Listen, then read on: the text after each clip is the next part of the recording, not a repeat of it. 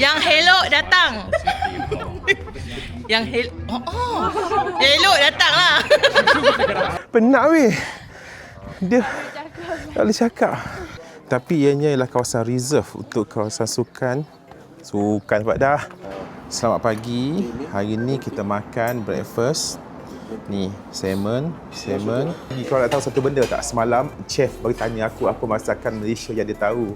Aku share pasal nasi lemak. Dan ni dia masak nasi lemak. Ada kacang, timun, sambal. Lepas tu ikan bilis dia tak ada. Dia ganti dengan ikan tu. Lepas tu ada telur dan nasi.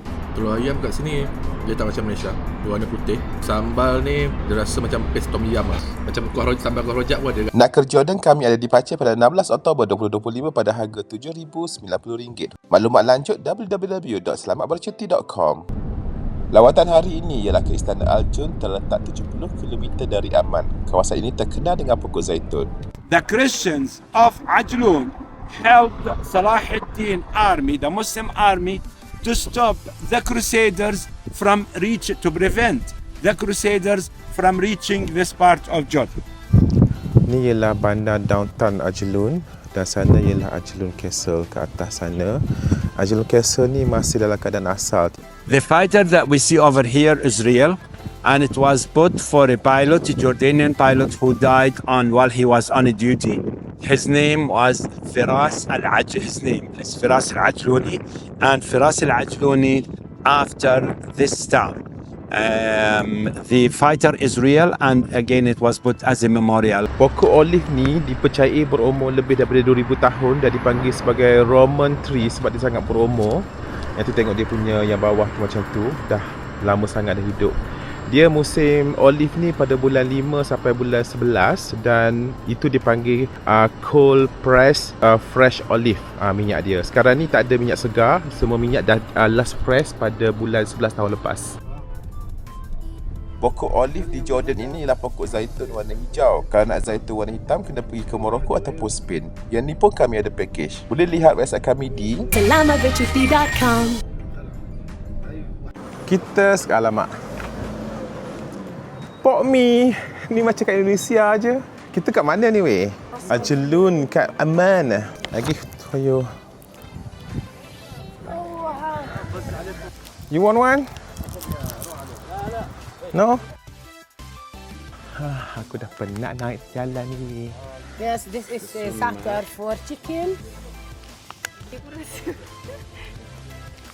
أول مرة بيعرفوش عن السماكة. No house in Jordan, rich or poor, doesn't have that.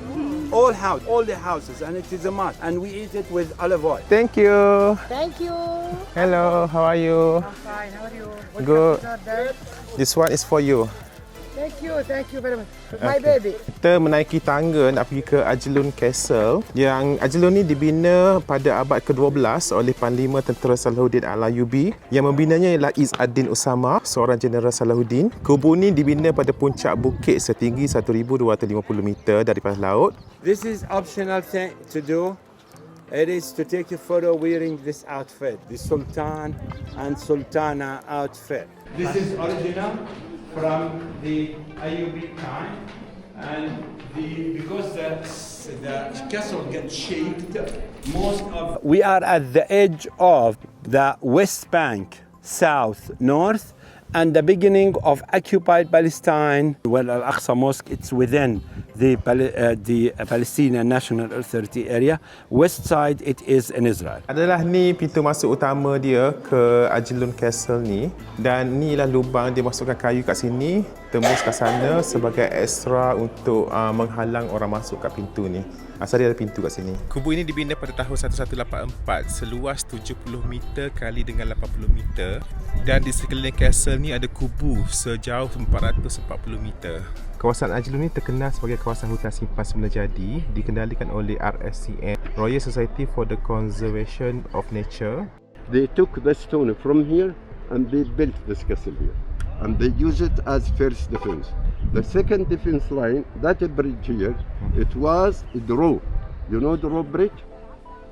Kat stall ni ada 3 buah yang aku tak pernah jumpa. Aku try semua dan semua tak ada kat Malaysia. Yang warna hijau macam anggur ni, kemudian orange macam bakuna ni dan hijau kecil macam olive ni. Lunch kat sini hari ni. Kita punya lunch hari ni kita ada tabbouleh, kita ada salad sini, kemudian kita ada sayur kat sini, lepas tu kita ada yalanzi, kita ada hummus, kita ada jeruk kat sini, lepas tu kita ada roti. Ni hummus, lepas tu ni yalanzi ataupun dolma, yang ni bubuk campur, yang ni salad dan saya. Aku dengan Jerwai dia tak tahu pun ada benda macam ni. Dulu kat Malaysia macam ni. Jerwai betul lah. Ni kita punya main course. Daging, apa panggil ni ya? Lamb chang. Lamb shank. Okay, sekarang kita berada di Jerash. I make your name. Okay, bye-bye. This city originally was built in the year 65 BC as one of 10 cities built on the east side of the Roman Empire. Unfortunately, we had this very strong earthquake in 749, which destroyed almost everything in Jordan, destroyed most of the structures that were built in Jerash, plus covered the city with sand. And in 1805, the first restoration work started in the city and is still going on up to date. After almost 200 years, only 60% of the city got uncovered and 40% of it is still buried under sand. Gerbang Hadrian ni dibina untuk menyambut kunjungan Maharaja Hadrian pada tahun 129 Masihi dan menjadi pintu masuk simbolik ke kota purba ini.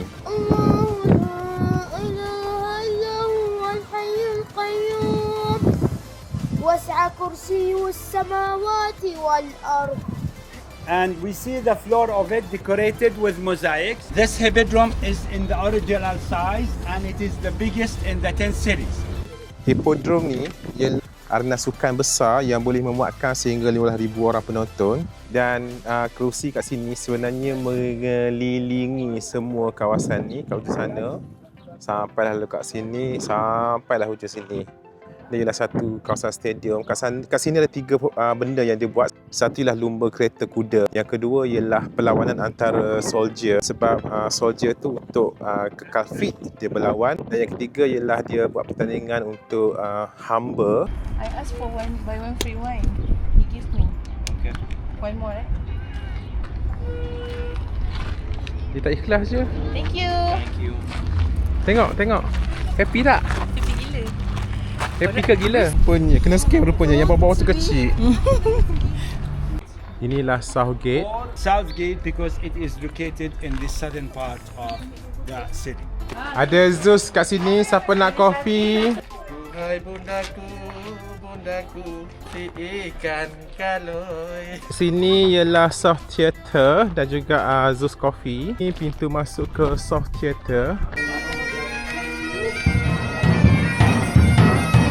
Sekarang aku berada kat Soft Theatre. Inilah sebuah pentas besar berkapasiti 3,000 orang dan sebenarnya dia masih lagi guna sehingga sekarang pada musim panas untuk upacara muzik. Kat tengah tu dia ada satu tempat untuk penyanyi berdiri.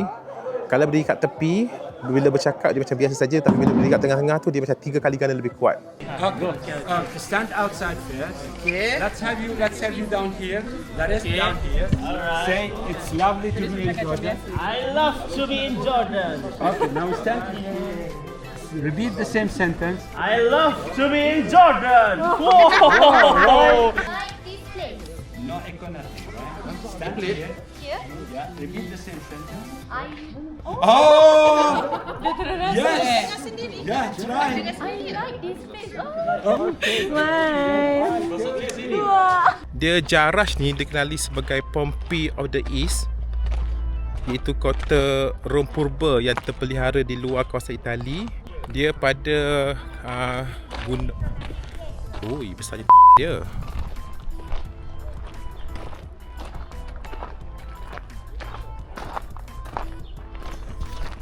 Dan kat sini ialah Oval Plaza, dataran berbentuk bujur, dikelilingi oleh 56 tiang batu granit, dan kat ujung sana Cardo Maximus, jalan utama yang berukuran lebih 800 meter. Kat sini ialah Zeus Temple, Jebina Temple, ketinggian dia ialah 12 meter.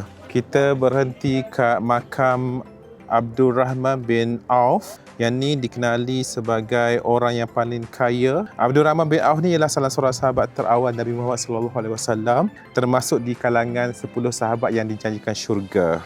Beliau seorang usahawan yang berjaya. Beliau pernah menyumbangkan 700 ekor unta yang padat dengan barang dagangan. Beliau wafat pada tahun ke-32 Hijrah dan dikebumikan di perkuburan Baqi di Madinah. Tapi di Jordan, di lembah Jordan ni dikaitkan secara tradisional oleh penduduk setempat sebagai makam simbolik ataupun tanda penghormatan kepada Abdul Rahman bin Auf. Selamatbercuti.com